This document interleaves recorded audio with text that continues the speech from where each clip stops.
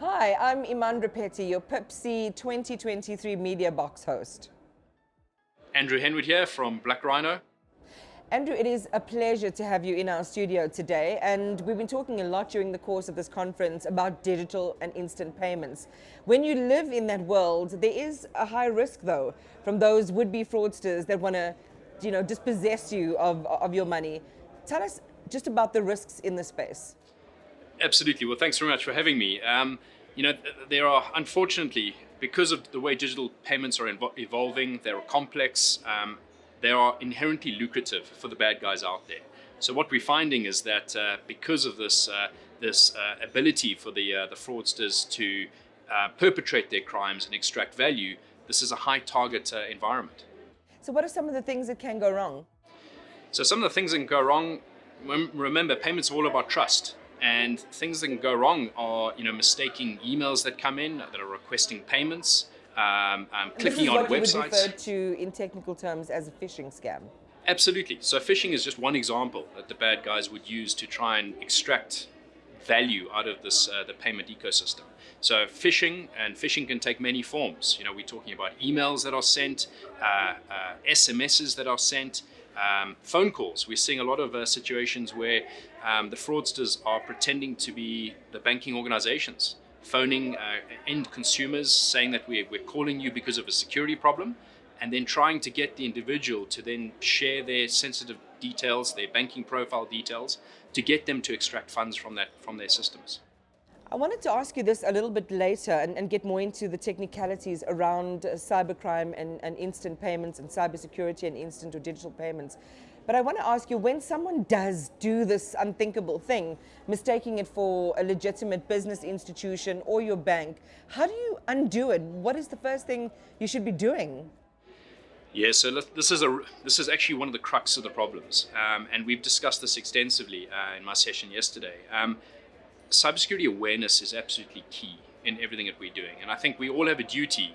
Those in the know need to extol the importance of being aware of these scams, because I hate to tell you this, the real reality is if you make that payment and you're a victim of one of these crimes, unless you react incredibly quickly to get hold of your financial institution, it is very likely you will lose all of that money. So there are very real repercussions here, and it is not at all easy to actually get your money back. So it's so important that we remain vigilant and naturally suspicious. If anyone comes in trying to access your account or pretending to help you, be suspicious, because once you make that payment, it's very likely the money is gone. What about when you click on an email that's got that's purporting to be one thing, but in fact is something else? Once you click on it and it's claiming to give you either tender information or information from somewhere, how does that work? How do they access your money? So remember, the bad guys are actually running little companies. These guys are in it to make money. Yeah. And when they send these emails, so a number of different things can happen here. If we take just a typical payment scam, when one of these emails are sent, what they will be attempting to do is to emulate your banking institution. So when you click that link, it'll be taking you likely to a website that looks like your bank. And they'll be trying to prompt you to enter your details, to change your password security or password settings because there's been a compromise. Now, the danger here is that banking site that you click into, that you click that link, it goes to that banking site.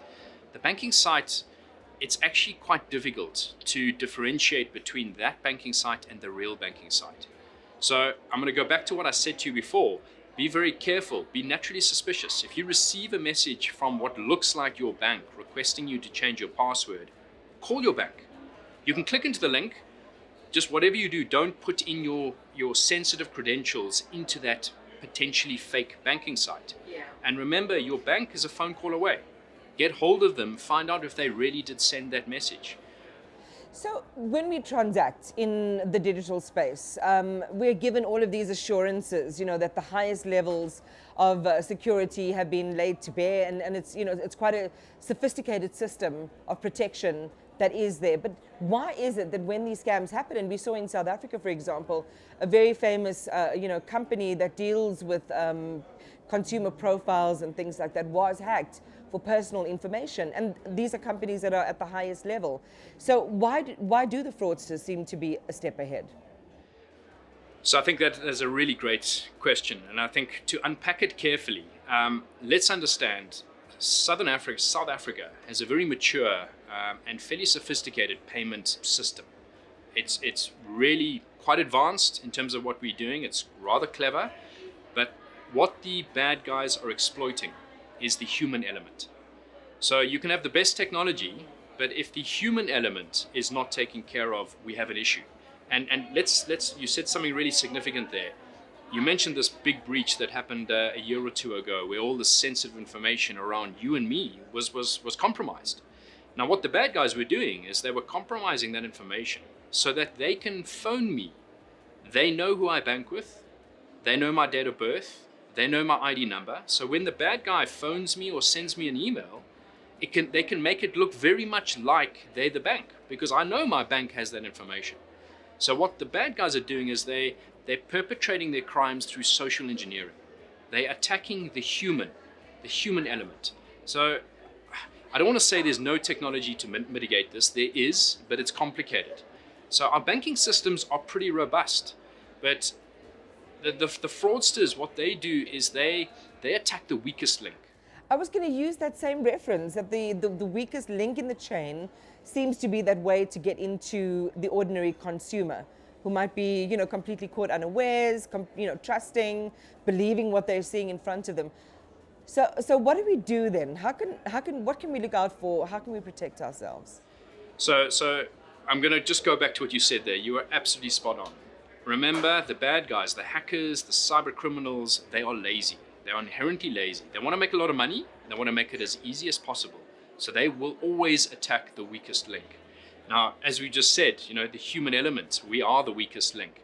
So what can we do? Now, the good news is you and I are now in the know, and we're starting to realize that there are these bad guys out there. We need to go and tell people, be naturally suspicious. You need to consider that people are trying to attack us to extract value out of our financial instruments. So we need to extol the virtues of being naturally suspicious. If something looks like it's too good to be true, it is probably, and look, that's the easy one. The difficult one, and I'll give you a little example. My dad, who's tech savvy, he is 75, but he is tech savvy. He received a call, and this is a very common trend we're seeing out there at the moment. The bad guys pretended to be his banker. They called him and said there'd been a security issue. My dad knows I'm in cybersecurity. He thought, great, my banker's being proactive. And then at the last minute, when they asked him for his password, he realized, hold on, the banks never ask for our sensitive details. They may ask to validate our ID number or things like that, but your bank will never ask for your password or even the one-time password that comes through in your cell phone. They'll never ask that. And that's what we need to emphasize and get the message out there to the masses. Because I'm afraid the bad guys, the cyber criminals, they perpetrate their crimes against the vulnerable, the less educated. And what we need to do to help protect them is educate them. And it's all about cybersecurity awareness training, getting that message out to the masses. Yeah, I mean, nobody, especially, older folk, it's just heartbreaking when they end up parting with their savings or their last cents, Final question for you, Andrew. We focused a lot on consumers in this, and it's true. Typically, along that value chain, consumers are most exploited, taken advantage of when it comes to cyber crimes and security. What about the vendors? So, again, great point. So this is absolutely not just about the consumers. So, big businesses, ecosystem participants, vendors within the payment system, they are all susceptible. And one of the big crimes we're seeing out there a lot of is business email compromises, where an entity, and this can be any type of entity, within the ecosystem, any supplier, where if I take repeated payments from one of my suppliers, what we often see happen is the bad guys realize this. They send through a supplier bank change request. On the letterhead, it all looks legitimate. And when I go to make my monthly payment to that supplier, it turns out that the bank details have been manipulated. And we talk about this being a business email compromise related to fund transfer fraud. So where I think my supplier has changed their banking details, I now end up paying the bad guy. And once you've made that payment, unless you react incredibly quickly and get hold of your financial institution, that money is going to be gone. And we always say, at this point in time, the easiest way to protect yourself against that kind of situation is phone your supplier. If you get a bank change request from your supplier or one of your partners, or they request an urgent payment, validate it, use the telephone. Phone them up and say, A, is this normal behavior? B, let's go and validate that this request is legitimate. How do we keep our observation tools sharp? So a lot about what we're doing is about data. So the more data we have, the more we can leverage off. There are great tools out there. There are great services that you can leverage from your bank. Your banks all provide address verification checks where you can actually validate that the payment that you're making is actually going to the people you think it's going to.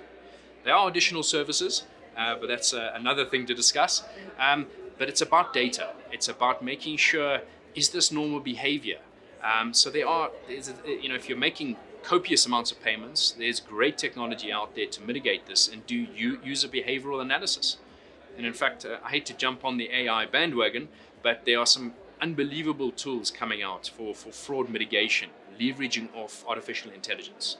And I think that's the kind of thing we can arm ourselves with from a technology perspective.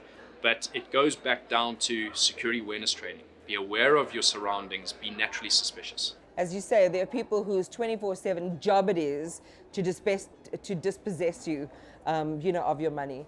Andrew, thank you so much. What an enlightening conversation. Thank you very much for having me.